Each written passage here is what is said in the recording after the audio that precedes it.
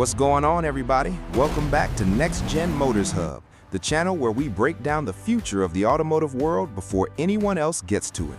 Today's video is going to make a lot of Hyundai owners a little nervous, so let's not waste any time. This is the 2027 Kia Sportage GT-Line X. If you're new here, hit that subscribe button, tap the bell, and let's dive straight into this one. So, here's the situation. A rendering has been circulating online showing Kia potentially pushing its GT line trim to an entirely new level with this X variant. And honestly, the design changes here are more aggressive than anything Kia has ever put on the Sportage before.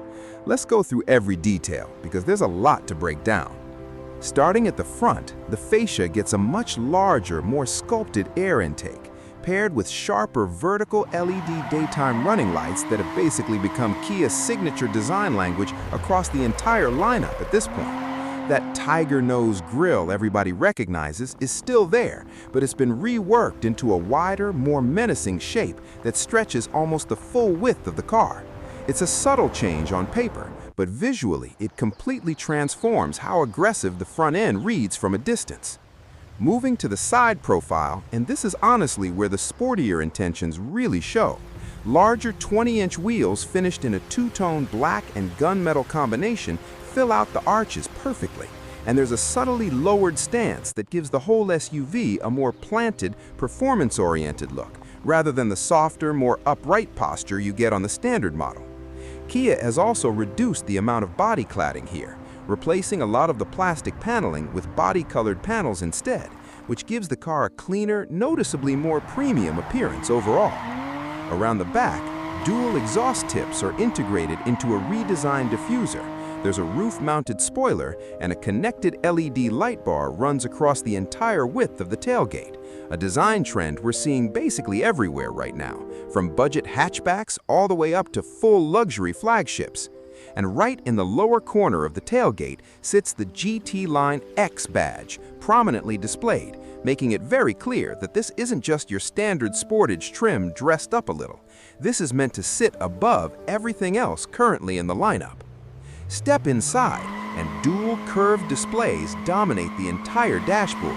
Again, a growing trend we're seeing replicated across nearly every manufacturer's flagship trims these days, where the instrument cluster and infotainment screen are merged into one continuous curved panel.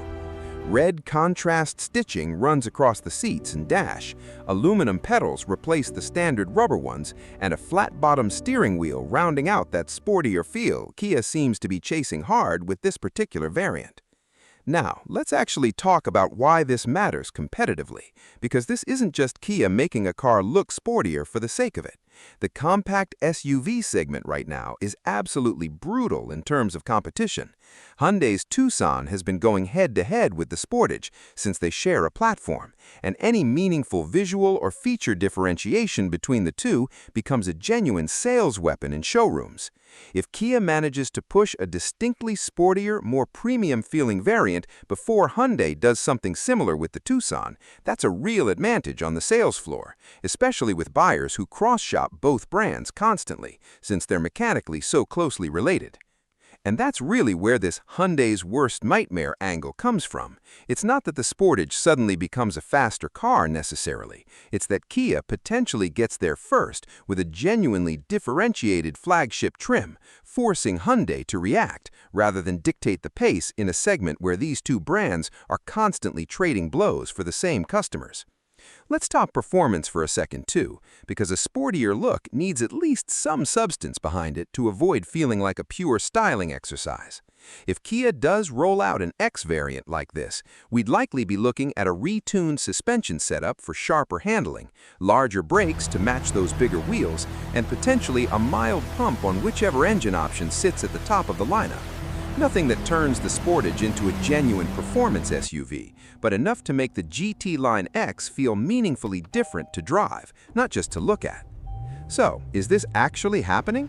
Right now, this remains a rendering, and Kia hasn't officially confirmed an X variant sitting above the standard GT line trim for global markets. But here's why I don't think this is far-fetched at all. Kia has been aggressively expanding its GT-Line sub-brand across nearly its entire SUV range over the past few years, pushing sportier trims onto models that historically never had one.